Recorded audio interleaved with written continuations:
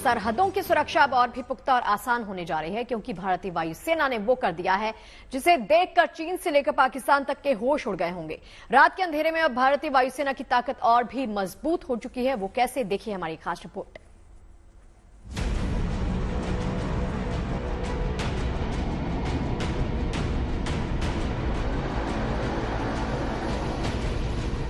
अब अंधेरे में भी दुश्मन की हर चाल पर होगी नजर। भारतीय वायुसेना ने वो कारनामा कर दिखाया है जिसे देख चीन से लेकर पाकिस्तान तक के होश उड़ जाएंगे। रात के अंधेरे में वायुसेना के C-130J विमान ने पूर्वी क्षेत्र में एक सफल एडवांस ग्राउंड लैंडिंग की। ये कोई आम लैंडिंग नहीं, बल्कि रात के घने अंधेरे में नाइट विजन गॉगल्स की मदद से की गई थी। आमतौर पर मुश्किल हालात में और रात के अंधेरे में इस तरह की लैंडिंग काफी मुश्किल मानी जाती है, लेकिन जो मुश्किलों का सीना चीर कर आगे बढ़ जाए उसे ही भारतीय जवान कहते हैं। पूर्वी सेक्टर में नाइट विजन गॉगल्स की मदद से ये लैंडिंग काफी अहम है, क्योंकि भारत पूर्वी सेक्टर में चीन, नेपाल, भूटान, म्यांमार और बांग्लादेश के साथ करीब 6,300 किलोमीटर की अंतर्राष्ट्रीय सीमा साझा करता है। चीन के साथ गलवान में संघर्ष के बाद चीन से लगे इलाके में इस तरह की लैंडिंग भारतीय वायुसेना की तैयारियों को दिखाती है। अब भारतीय वायुसेना पूर्वी सेक्टर में किसी भी तरह की कार्रवाई के लिए पूरी तरह सक्षम है। इससे सिर्फ युद्ध के दौरान ही नहीं, बल्कि बचाव और सहायता के काम में भी मदद मिलेगी। धुंध और कोहरे की स्थिति में भी इसका काफी फायदा हो सकता है। इस तकनीक से लड़ाकू और परिवहन विमान कम से कम रोशनी में अपनी कार्रवाई को सटीक अंजाम दे सकते हैं। इस साल की शुरुआत में वायुसेना ने पहली बार करगिल हवाई पट्टी पर रात में सफलतापूर्वक लैंडिंग की थी।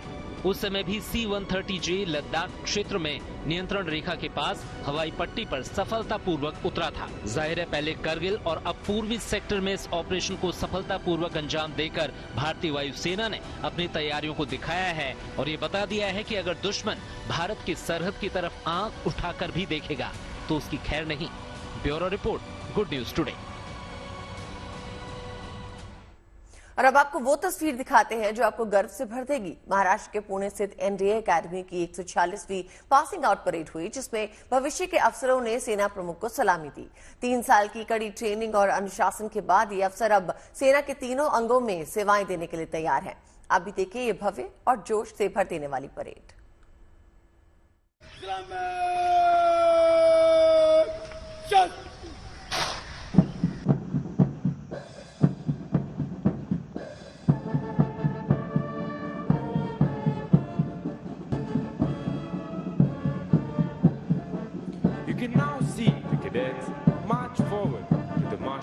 सरहद के सिकंदर,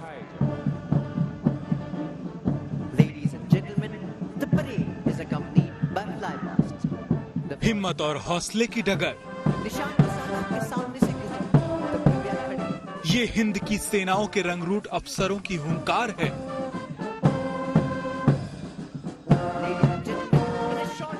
ये देश के दुश्मनों के लिए भविष्य के अधिकारियों की ललकार है।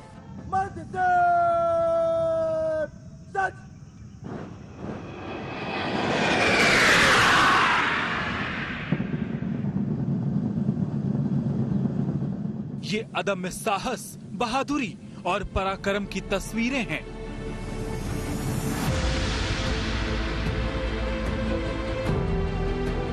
ये वो रणबांकुरे हैं जो कठिन से कठिन हालात से निपटने के लिए अब पूरी तरह तैयार हैं। देश के दुश्मनों के लिए हिंद की सेनाओं के भविष्य के अफसरों की ये ललकार है। ट्रेनिंग की तमाम चुनौतियों को पार कर ये जवान देश की सेवा के लिए अब तैयार हैं। जोश और जज्बे से भरपूर भारतीय सेना के जाबाजों की ये तस्वीरें पुणे के खड़कवासला नेशनल डिफेंस एकेडमी की हैं।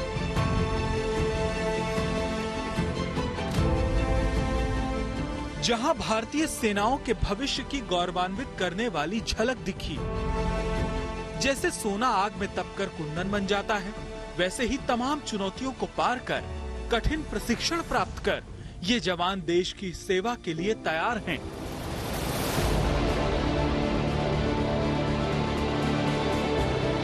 इस परेड में सेना प्रमुख general Manoj Pande review officer के रूप में शामिल हुए। यहाँ उन्होंने ट्रेनिंग के दौरान शानदार प्रदर्शन करने वाले जेंटलमैन कैडेट्स को भी सम्मानित किया। The present silver medal is awarded to Academy Cadet Adjutant Manik Turan of Charleston.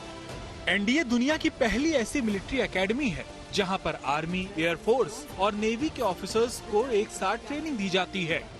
यहां नए ऑफिसर्स को न सिर्फ शारीरिक बल्कि मानसिक और मनोवैज्ञानिक तौर पर मजबूती के साथ तैयार किया जाता है ताकि वो हर तरह के हालात में कठिन से कठिन चुनौतियों का सामना कर सकें।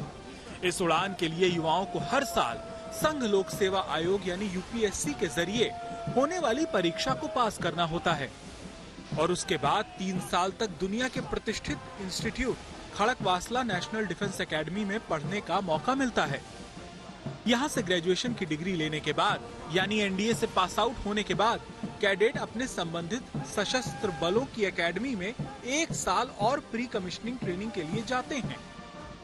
Bureau report, good news today.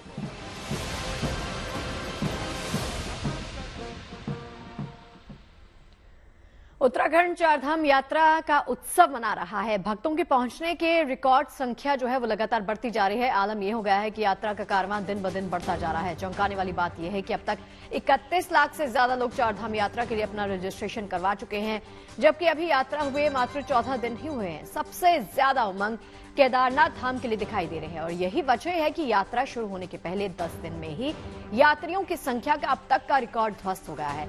अब तो केदारनाथ से लेकर बद्रीनाथ धाम तक अपार भीड़ आपको दिखाई देगी। गंगोत्री में श्रद्धालुओं का तांता बढ़ता ही जा रहा है। यमुनोत्री में कठिन चढ़ाई चढ़कर भक्त मां यमुना मैया का आशीर्वाद लेने पहुंच रहे हैं। आने वाले दिनों में श्रद्धालुओं की संख्या में और भी इजाफा होने की उम्मीद जग गई है।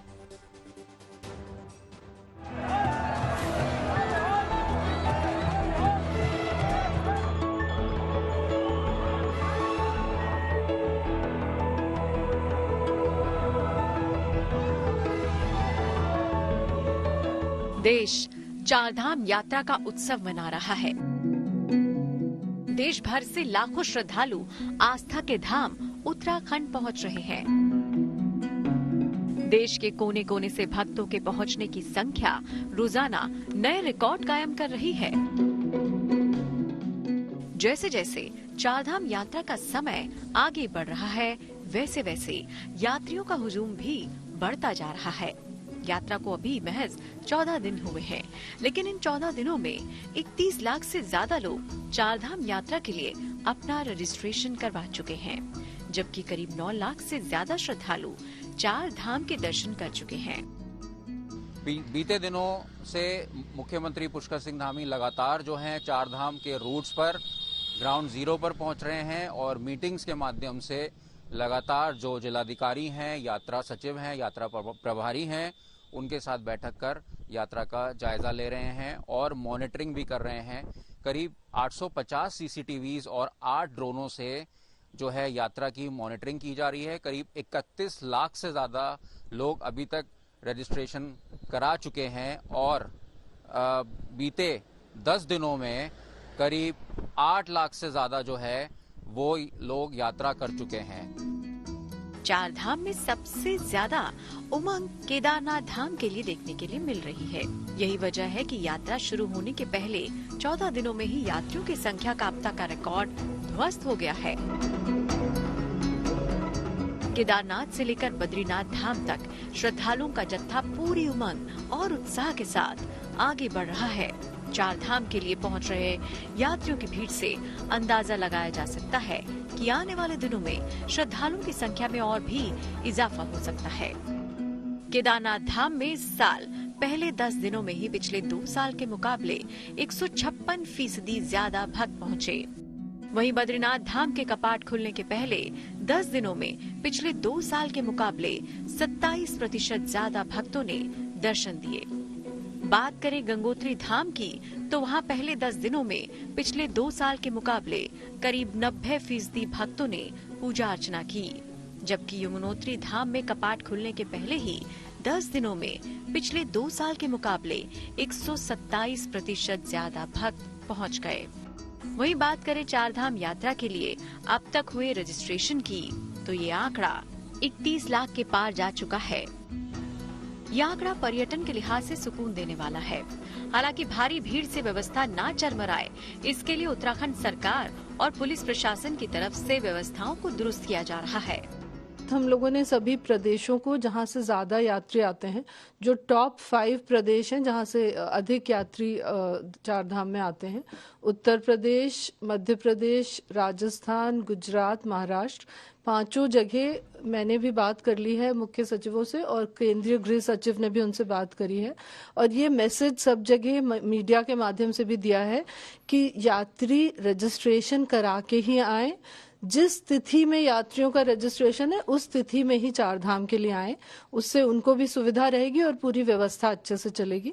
तो यही मैसेज हम लोगों ने सब जगह दिया है और इस समय यात्रा एकदम ठीक ठाक चल रही है, कहीं कोई समस्या नहीं है।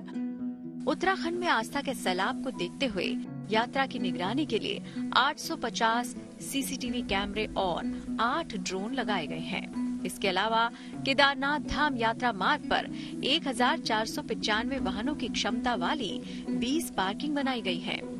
वहीं यमुनोत्री और गंगोत्री यात्रा मार्गों पर नियंत्रित वाहन आवाजाही के लिए 3 से 4 होल्डिंग पॉइंट्स बनाए गए हैं और ट्रैक रूट को साफ करने के लिए करीब 657 पर्यावरण मित्र तैनात हैं। जाहिर है, देवनगरी पहुंच रहे श्रद्धालुओं की यात्रा को सुगम और सुरक्षित बनाने के लिए उत्तराखंड सरकार और पुलिस प्रशासन लगातार जुटा है। देहरादून से अंकित शर्मा के साथ bureau report, good news today. और अब बात उत्तराखंड के 5वें धाम हेमकुंड साहिब की, जिसके कपाट कल से भक्तों के लिए खुल जाएंगे। हेमकुंड साहिब गुरुद्वारा चमोली जिले में बद्रीनाथ धाम के पास स्थित है। कई किलोमीटर की चढ़ाई के बाद भक्त वहां पहुंचते हैं। इसी ट्रैक से होकर लोग फूलों की घाटी भी जाते हैं। हिमालय की गोद में स्थित हेमकुंड साहिब गुरुद्वारा सिख समुदाय के एक पवित्र तीर्थ स्थल इसे माना गया है। बड़ी संख्या में देश विदेश से श्रद्धालु वहां मत्था टेकने जाते हैं। अब अगले 6 महीनों तक भक्तों की भारी भीड़ वहां दर्शनों के लिए पहुंचेगी। ऐसे में उनकी सुविधा के तमाम इंतजामात कर लिए गए हैं। श्रद्धालुओं के ठहरने और सुगमता से दर्शनों की पूरी व्यवस्था है। कुछ दिन पहले ऋषिकेश के सिख यात्रियों का एक जत्था भी हेमकुंड के लिए रवाना हुआ था। कल कपाट खुलने के दौरान ये जत्था भी वहां मौजूद रहेगा।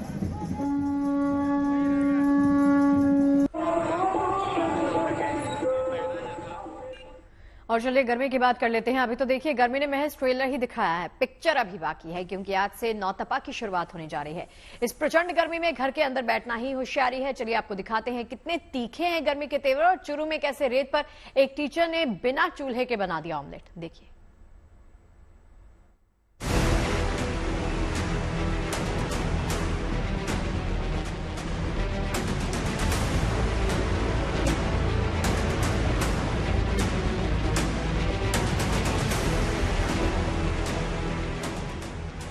देश का एक बड़ा हिस्सा गर्मी के तेवर झेल रहा है। बढ़ते टेम्परेचर का टॉर्चर जारी है। आज कमोबेश इन जगहों पर गर्मी का बढ़ता सितम और लू की स्थिति भीषण बनी हुई है। राजस्थान के रेगिस्तान में तो आसमान से ऐसी आग बरस रही है कि चूरू तो इन दिनों भट्टी की तरह तप रहा है। 45 डिग्री से ऊपर तापमान झेल रहे चूरू के धोरों से मानो ऐसी आग निकल रही है कि ऑमलेट तक बन जा रहा है। ये जो अंडा हमने रखा था वो कुछ मिट्टी उड़ने से यहाँ पे मिट्टी डल गई है, लेकिन यहाँ आप देख सकते हैं कि पूरा अंडा जो है वो आमलेट के रूप में कन्वर्ट हो गया है। अगर यही टाइम हम आगे देखो थोड़ा हल्का, तो यही टाइम अगर हम आगे देखें बन के तैयार हो गए तो ये अंडा आमलेट के रूप में कन्वर्ट हो गया है। और ये थोड़ी देर और पड़ा रहेगा तो निसंदेह ये पूरा का पूरा आमलेट बन जाएगा और ये खाने के लायक भी हो सकता है। दरअसल चूरू के एक प्रोफेसर ने ये प्रयोग करते हुए आग उगलते धोरों पर प्लेट को 20 मिनट रखा, फिर उसमें अंडा फोड़कर और 20 मिनट रखा, जिसके बाद बना ऑमलेट। ये दर्शाने के लिए काफी है कि रेत के टीलों के बीच बसा थार मरुस्थल का प्रवेश द्वार चूरू किस कदर गर्मी का कहर झेल रहा है। वहीं जम्मू में भी पिछले कई दिनों से हीट वेव का दौर जारी है। यहाँ दिन में अधिकतम तापमान 42 डिग्री क्रॉस कर चुका है।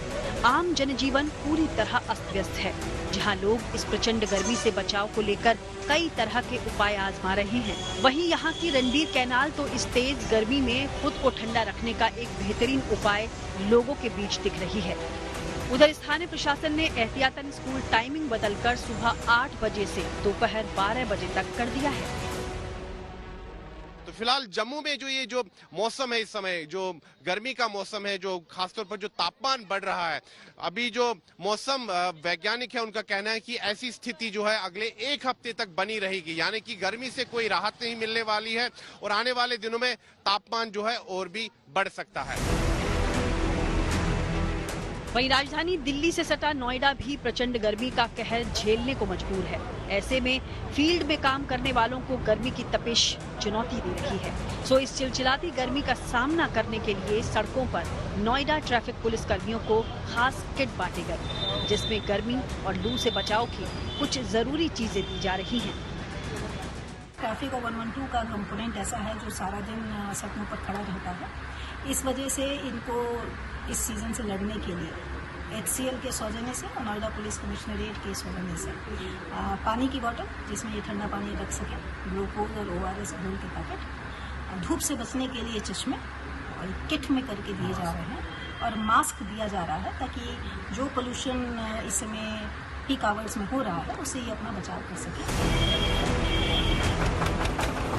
मौसम विभाग के मुताबिक अभी हफ्ता 10 दिन तो प्रचंड गर्मी से कोई राहत मिलने के आसार नहीं है। ऐसे में लोगों से खासकर अपील है कि घर से जरूरी काम होने पर ही निकला जाए और अगर किसी भी वजह से घर से बाहर हैं भी तो पानी की बोतल, छाता, ग्लूकोज जैसी जरूरी चीजें अपने साथ रखिएगा, क्योंकि इस वक्त आग उगलते सूरज का सामना करने के लिए सावधानी ही उसकी गर्मी से बचाव का सबसे सुरक्षित तरीका है।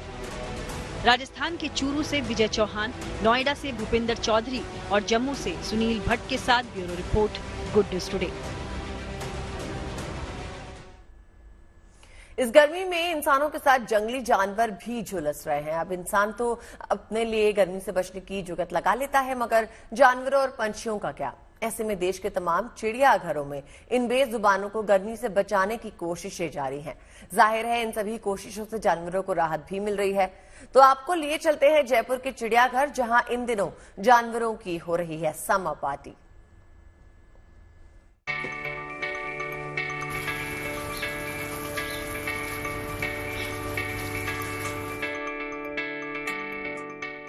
चौबीस मई यानी आज से नौतपा यानी 9 दिन के ताप का अलर्ट है। इंसान तो जैसे तैसे इस दौरान गर्मी से बचाव का जुगाड़ कर पा रहा है, मगर चिड़ियाघर में रह रहे इन बेजुबानों के लिए इस भीषण गर्मी को झेलना मजबूरी समान है।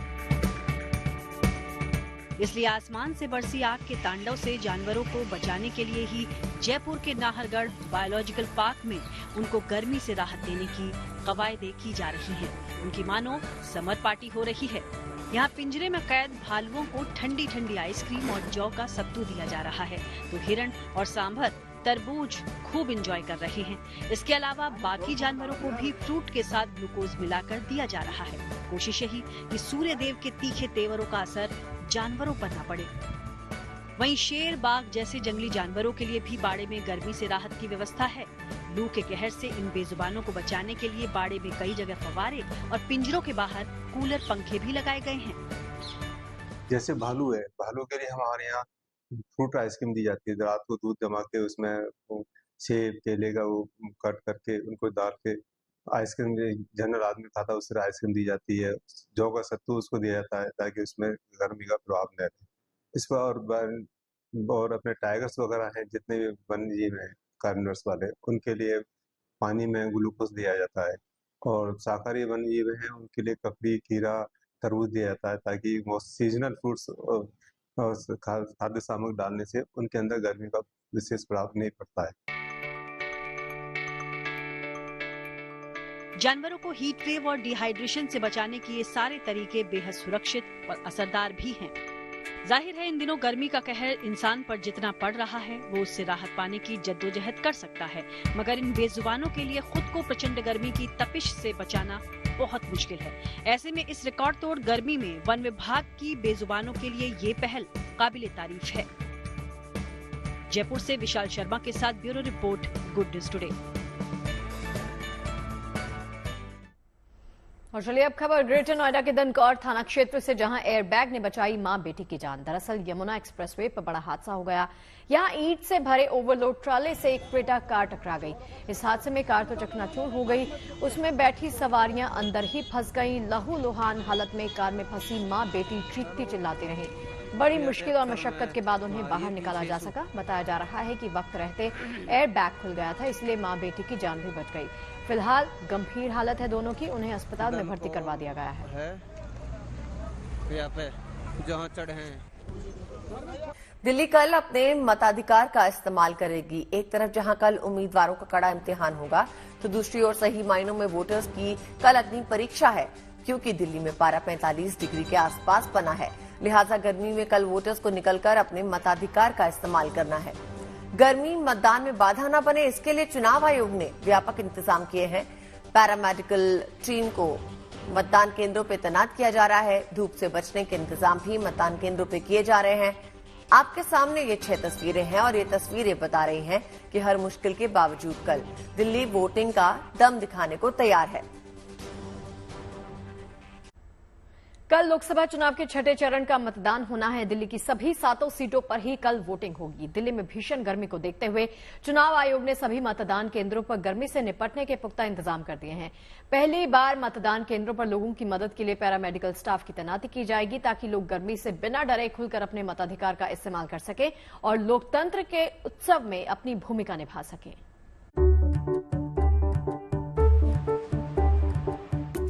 दिल्ली तैयार है, मतदान का इंतजार है। पहली बार दिल्ली के मतदान केंद्रों में बनेंगे मेडिकल रूम और आपातकाल में तत्काल मिलेगी एम्बुलेंस। 25 मई को देश में छठे चरण के मतदान के दौरान दिल्ली की सभी 7 सीटों पर वोटिंग होनी है। दिल्ली में वोटिंग ऐसे समय में हो रही है जब 9 तपाके 9 दिन यानी साल की सबसे भीषण गर्मी की शुरुआत हो चुकी है। मौसम विभाग के मुताबिक कल दिल्ली में तापमान 44 से 45 डिग्री रह सकता है। आसमान से आग बरसा रहे सूरज ने कम वोटिंग की आशंका बढ़ा दी है। वहीं राजनीतिक दलों की इस बाबत चिंता भी बढ़ गई है, लेकिन चुनाव आयोग ने गर्मी की चुनौती से निपटने की पुख्ता तैयारी की हुई है। दिल्ली के चुनावी इतिहास में पहली बार हर मतदान केंद्र पर पैरामेडिकल स्टाफ की तैनाती की जाएगी। कल जब दिल्ली वासी अपने घरों से निकलकर मतदान केंद्र पर जाएंगे, तो उन्हें पुलिस के साथ पैरामेडिकल का स्टाफ भी नजर आएगा, जिससे कि वोटर्स अगर हीट वेव की चपेट में आ जाते हैं तो उन्हें बूथ पर ही तत्काल इलाज मुहैया कराया जा सके। पहली बार ये किया, पैरामेडिकल स्टाफ को डिप्लॉय कर रहे हैं पोलिंग स्टेशन में। हमारा जैसा 2627 पोलिंग लोकेशंस है। इन पोलिंग लोकेशंस में हर पोलिंग लोकेशन में एक पैरामेडिकल या 2 पैरामेडिकल स्टाफ को डिप्लॉय कर रहे हैं, जो हमारा हेल्थ सिस्टम से आते हैं, जो हेल्थ डिपार्टमेंट और एमसीडी का अपना हेल्थ सिस्टम से।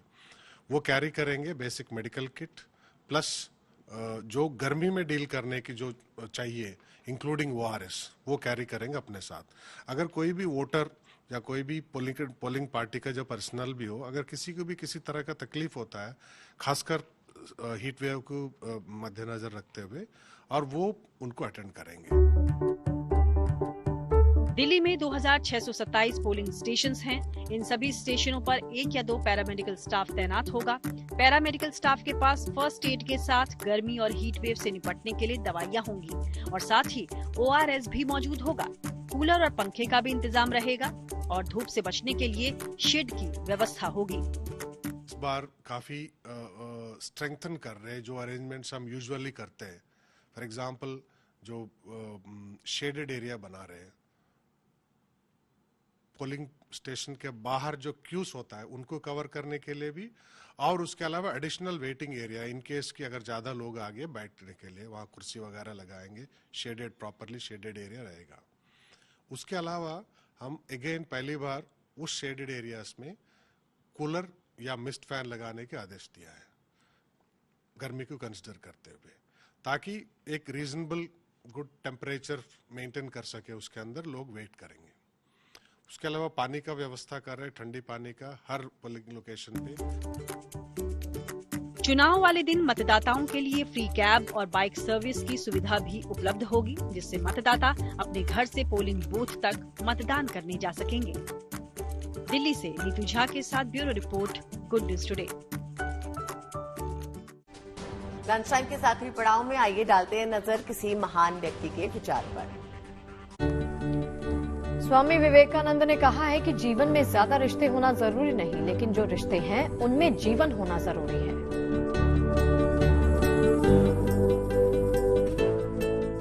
उम्मीद करते हैं खबरों के इस लंच टाइम में आपको पेट भर जानकारियां मिली होंगी। और चलिए इस वादे के साथ छोड़ जाते हैं, मुलाकात होगी आप सभी के साथ सोमवार को लंच टाइम में। अपना बहुत ख्याल रखिए और देखते रहिए गुड न्यूज।